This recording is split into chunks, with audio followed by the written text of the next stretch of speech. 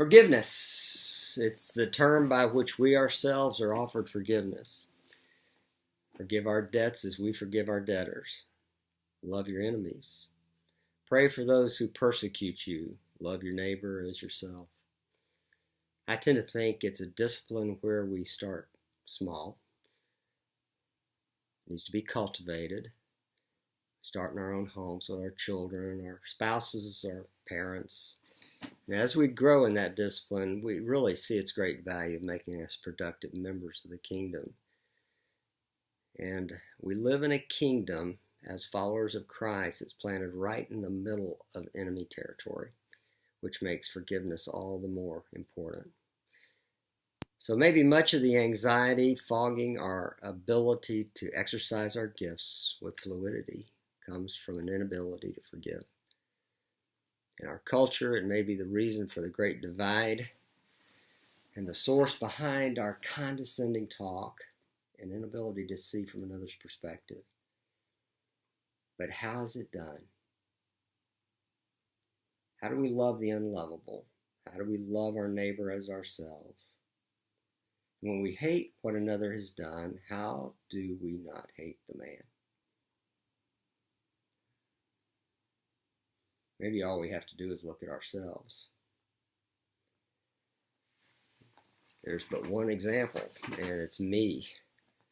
I absolutely hate some of the things I've done in my life, like the intensity with which I've reacted to our children, or the way I was insensitive to Anne when she was a young mother taking care of 3 kids at home while I was out trying to make a living, just consumed with things of the world. And the list can go on, and if I were to dwell on that list, I guess I could hate myself. But I don't. Truth is, sometimes I love myself too much. And that's a topic maybe for another day. I think maybe loving myself in the right way means turning those frailties and tendencies over to Jesus, and with the hope that as I abide in him, my life will be transformed more into his likeness. Is that what it means to love our enemies? Is that what it means to forgive? Maybe the definition should read forgiveness as being sorry that a man's done bad things and praying that somehow he can be cured. Problem is, we often find ourselves rejoicing in wrong and hoping a person goes deeper into depravity and gets caught and gets their due. You know, we've all felt it.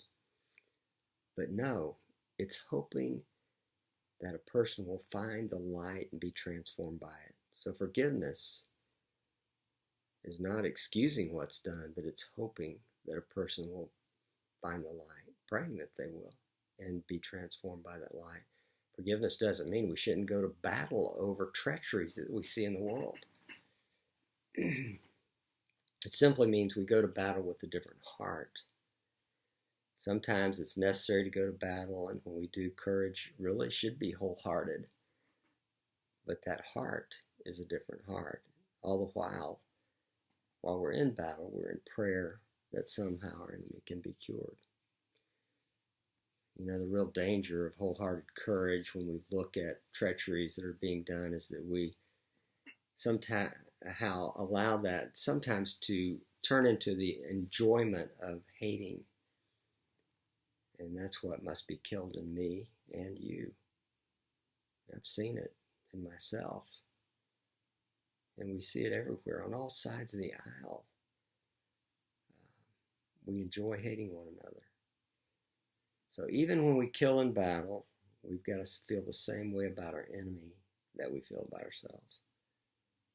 And what is meant by forgiving? Well, I think it's very similar to just loving. I don't think you can love your enemy without forgiving your enemy.